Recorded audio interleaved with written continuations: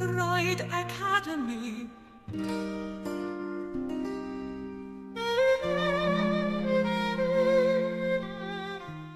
Boas-vindas a mais uma aula da Freud Academy. Bom, os sintomas, os sonhos, aqueles pequenos lapsos de linguagem ou as repetições que acontecem diariamente, quase nunca dá para explicar tudo isso só pelas causas conscientes.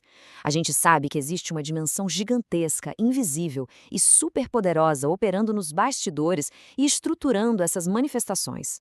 O nosso foco hoje é entender exatamente a transição técnica de tudo isso.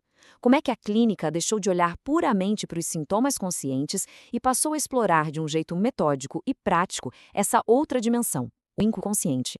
E a nossa rota de estudos está dividida em 6 etapas fundamentais. A gente começa indo da hipnose à associação livre. Depois, a gente passa para o que é associação livre. Em seguida, entramos na lógica do inconsciente, entenderemos o papel do analista, os fenômenos de transferência e resistência e, por fim, interpretação e elaboração simbólica.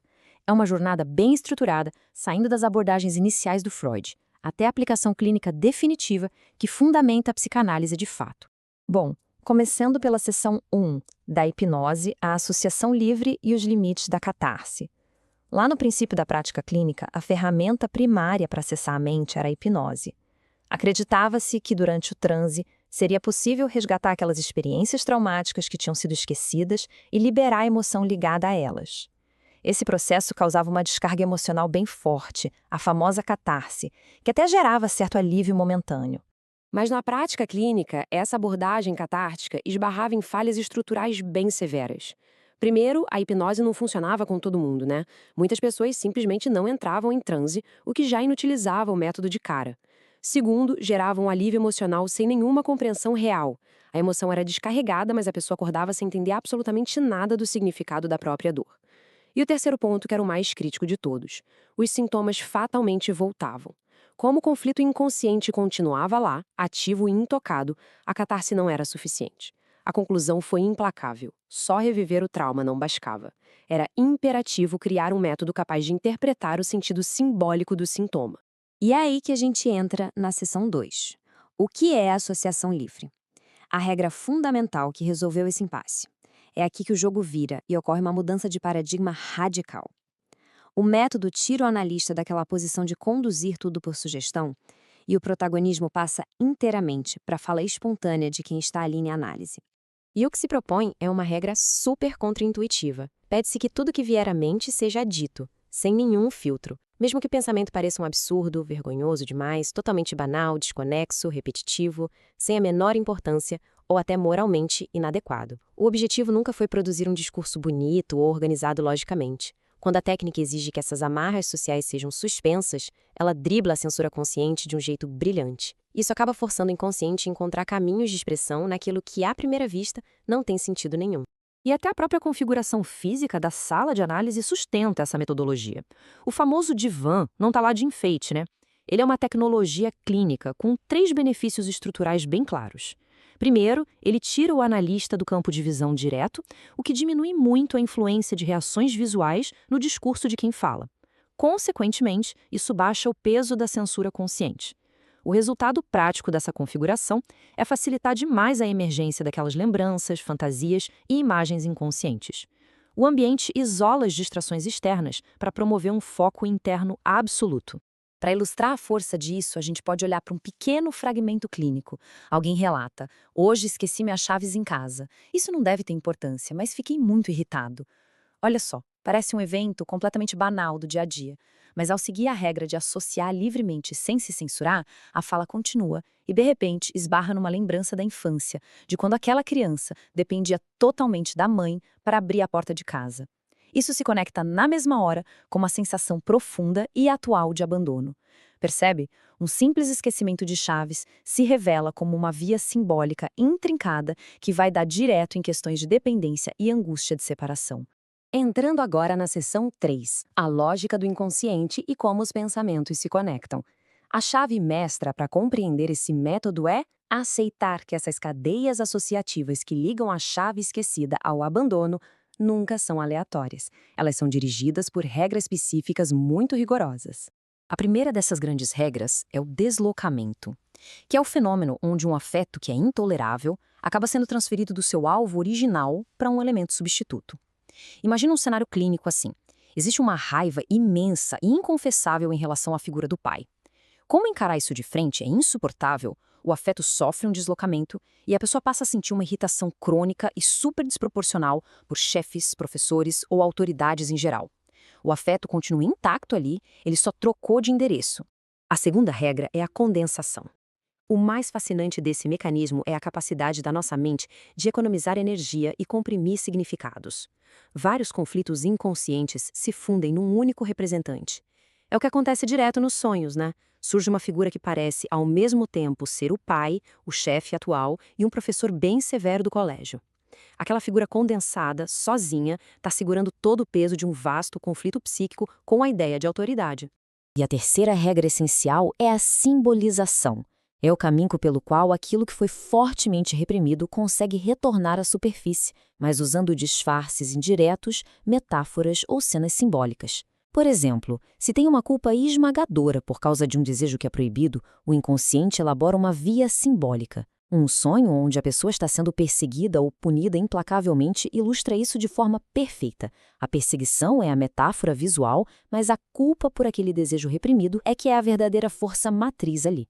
Isso nos leva à seção 4, o papel do analista e como sustentar o espaço clínico. Porque se o método exige a livre fala, qual é, afinal, o papel de quem escuta? A exigência é de uma disciplina férrea. O psicanalista não está ali atuando como um professor que dita regras, nem como conselheiro, e muito menos como um juiz da moral. O papel é escutar de forma muito atenta e sustentar um espaço analítico bem rigoroso.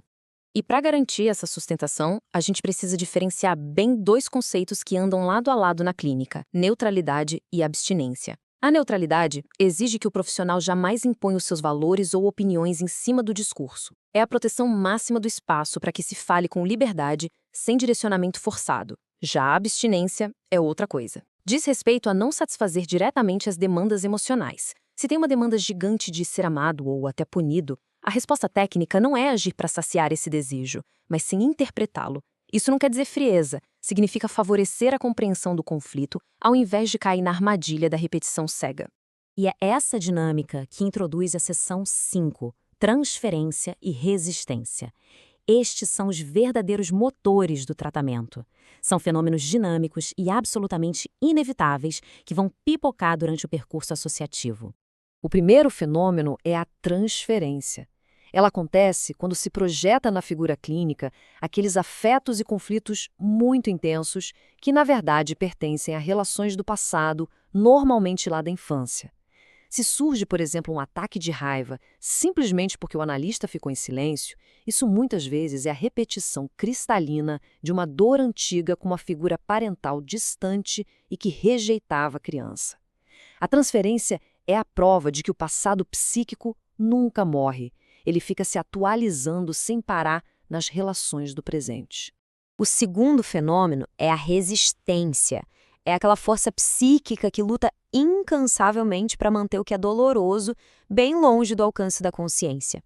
O ponto central aqui é entender que a resistência não é um erro ou uma falha de quem está tentando falar. Muito pelo contrário, ela é o principal sinal de que a análise está funcionando perfeitamente e chegando pertinho de um material interno de grande importância.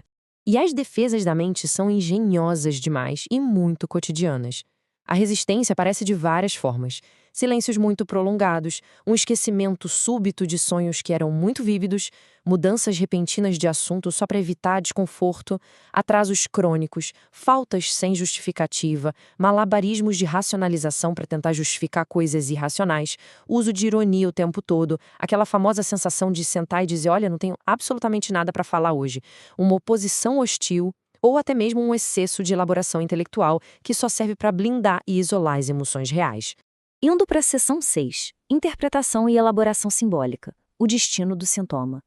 Esse é um momento em que todo aquele material que foi recolhido encontra um destino clínico. A fala, a transferência e as resistências se unem para transformar a estrutura do sofrimento. E a meta não é só ficar acessando memórias antigas, é passar por um ciclo de 3 etapas vitais. A primeira é a recordação, onde imagens e afetos reprimidos são destrancados via livre associação. A segunda é o reconhecimento, que é um momento super complexo de assumir que aquela raiva ou desejo inconfessável realmente pertence à própria história psíquica. E a terceira, que é o ápice da clínica, é a integração simbólica.